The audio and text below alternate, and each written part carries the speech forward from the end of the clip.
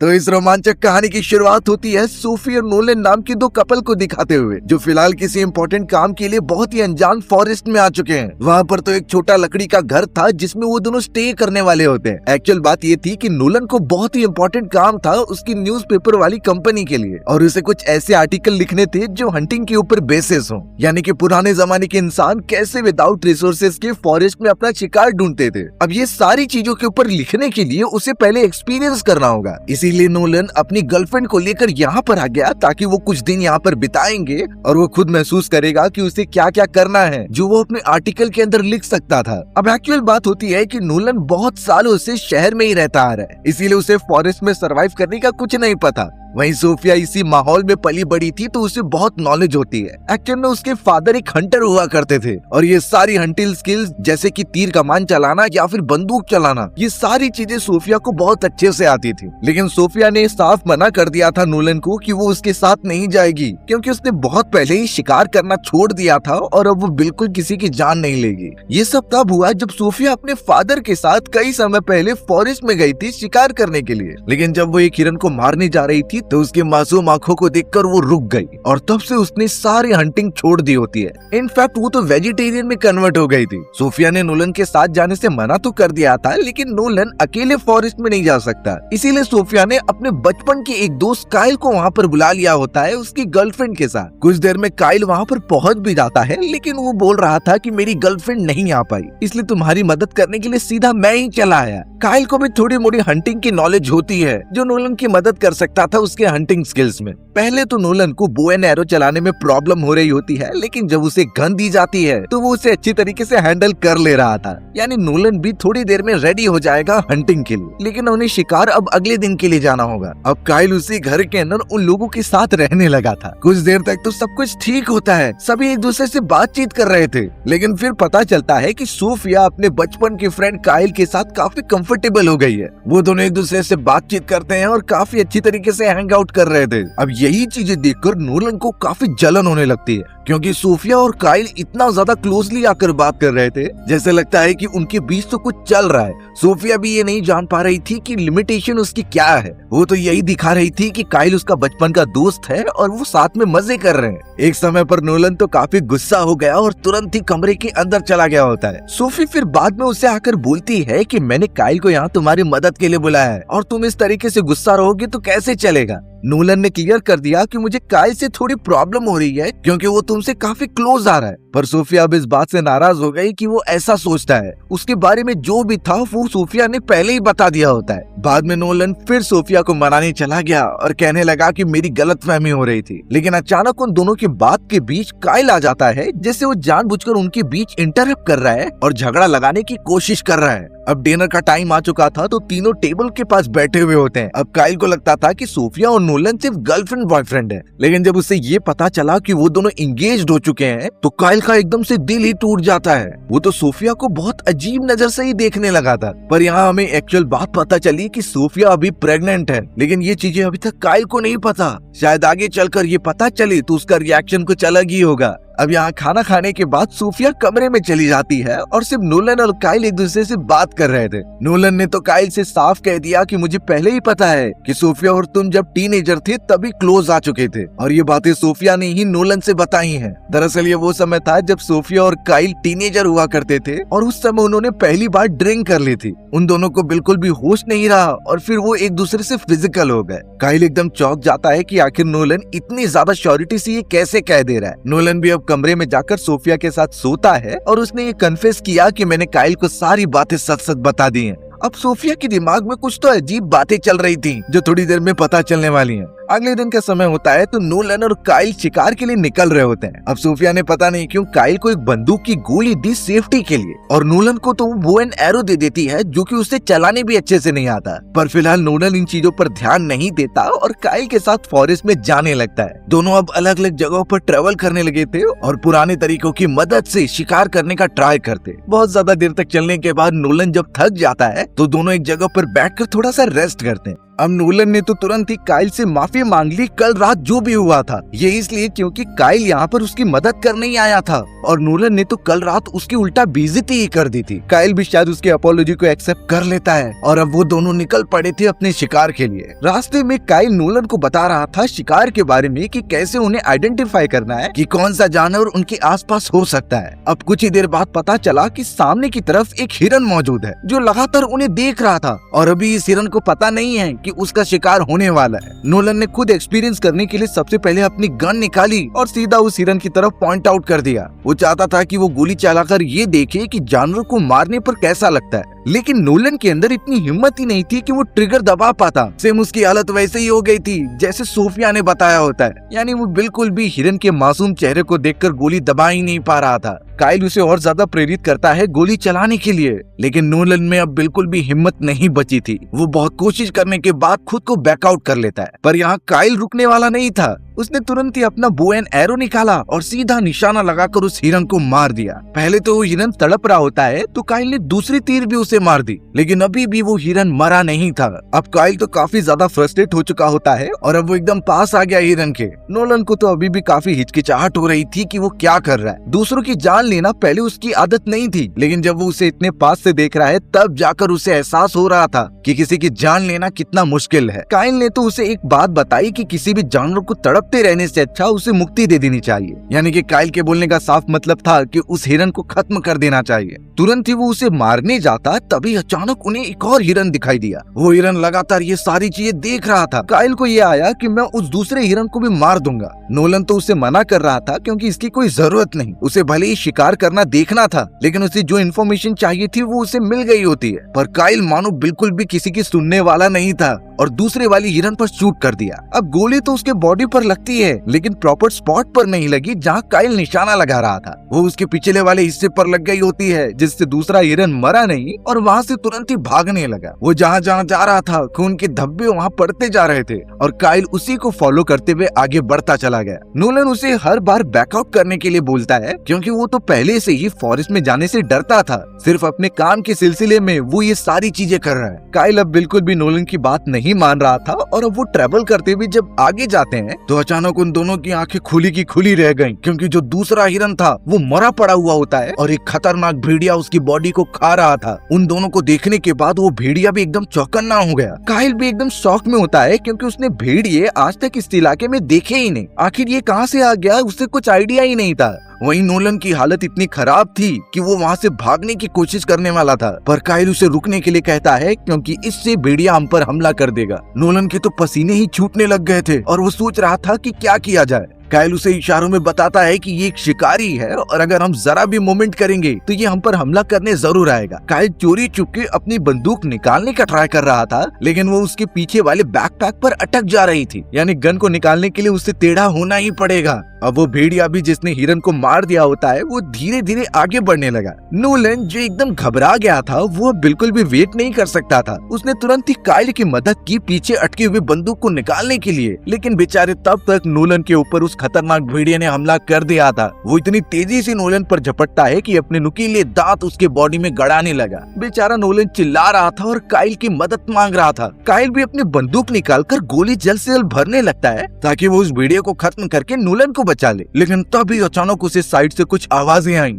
ये पता चला वहाँ कुछ और भेड़िए भी घूम रहे हैं जो इसके साथी हैं और जरूर काइल पर भी अटैक कर देंगे। नोलन की हालत तो और ज्यादा खराब होती जा रही थी क्योंकि वो भेड़िया रुक नहीं रहा था। अब काइल ने जैसे तैसे बुलेट भरकर उसके ऊपर मार दिया जिससे कि भेड़िए को चोट लगती है और वो वहाँ से भाग जाता है। बाकी बचे हुए भेड़िए जो उसकी तरफ बढ़ रहे थे, काइल ने तुरंत ही दूसरी गोली चलाई जिसकी आवाज सुनकर वो भी डर जाते हैं। अब सारे भेड़िए तो वहाँ से भाग गए थे, पर नोलन की हालत बहुत बेकार हो चुकी थी। वो तो काइल से कहता है कि मेरी मदद करने के लिए, लेकिन काइल पता नहीं क्यों अपनी गन लेकर सीधा नोलन के पास पहुंचता है और वो तो शायद उसे मारने वाला था क्योंकि वो नोलन को तड़पते हुए नहीं देख सकता और उसे भी जिंदगी से आजाद करना चाहता है।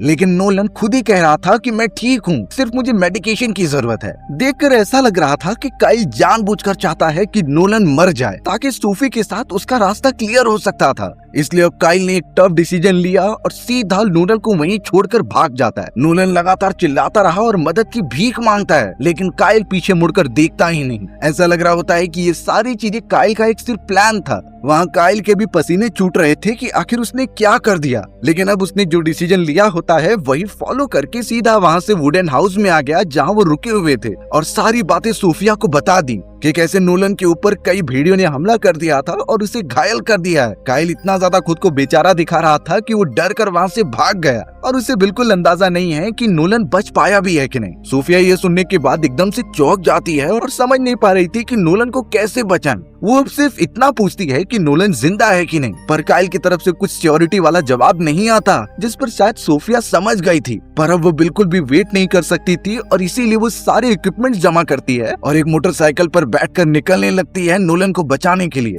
काइल तो बोल रहा था कि मैं उस जगह पर अब वापस नहीं जाऊंगा, क्या पता वो भेड़िए फिर अटैक कर दें, पर सोफिया कह रही थी कि तुमने जहाँ नोलन को छोड़ा है वहाँ का रास्ता बताओ, और ये तो करना ही होगा, नहीं तो एट द एंड नोलन की मौत का जिम्मेदार सिर्फ और सिर्फ काइल हो सकता था। काइल भी थोड़ा सा डर गया, इसीलिए मजबूरन उसे सोफिया के साथ जाना ही पड़ता है। अब वो दोनों फॉरेस्ट में ट्रेवल करते हुए उस स्पॉट पर पहुंच जाते हैं जहाँ भेड़ियों का हमला हुआ था। वो जगह अभी भी सुनसान लग रही थी, जैसे भेड़िए एकदम घात लगाए बैठे हुए। सोफिया भी काइल द्वारा बताए गए जगह पर चारों तरफ घूमने लगी और वो यही ट्राई कर रही थी कि नोलन उसे जैसे तैसे मिल जाए, लेकिन देखकर लगता नहीं कि वही सेम स्पॉट है जहाँ एक्चुअल में हादसा हुआ था। यानी काइल अभी भी सोफिया को गुमराह कर रहा है। वहाँ दूसरी तरफ नोलन को दिखाया गया जो इतना घायल हो गया होता है कि चलने की हालत में नहीं होता, बट जैसे तैसे वो आगे बढ़ रहा था ताकि वो दूसरों की नजर में आ जाए। सोफिया तो अब ढूंढते ढूंढते उस स्पॉट पर पहुंच गई जहाँ पर एक हिरन को गोली मारी गई थी। उसकी डेड बॉडी वहाँ पड़ी होती है, लेकिन अब वो सीधा सोच में चली जाती है क्योंकि काइल ने उससे ये कहा था कि मेरा निशाना हिरन पर से चूक गया था।